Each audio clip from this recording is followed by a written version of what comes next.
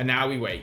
Samples are ready and they've been shipped to our freight forwarder in China, waiting to be sent to us. What do we do to fill the void? Well, we're certainly not just tweaking designs in our heads. We're not planning any fixes until we've seen the product, and we're not making any emotional judgments off the videos alone. What we are doing is finalizing the sample score sheet. We're sanity checking our earlier assumptions, and importantly, we are confirming the unit costs align. We want to confirm their initial quote still holds. Finally, we're also deciding how the sample will be tested. What I actually intend to do is use the score sheet, but also take it to the local card shop so I can get it into the hands of other users for their honest feedback. Earlier on in the process, we sent over a spec sheet as part of the RFQ. On here, we had detailed a number of parameters that had to be met.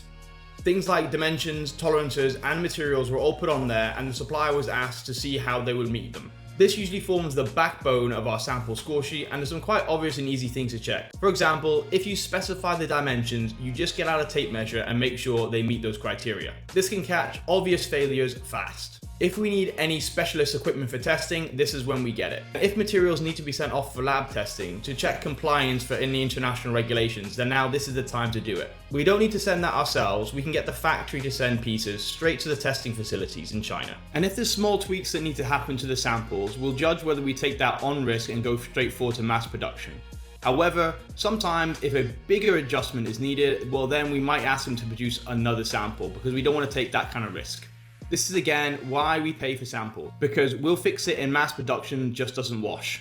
It's better to pay for another sample to be 100% sure that they can do what you ask.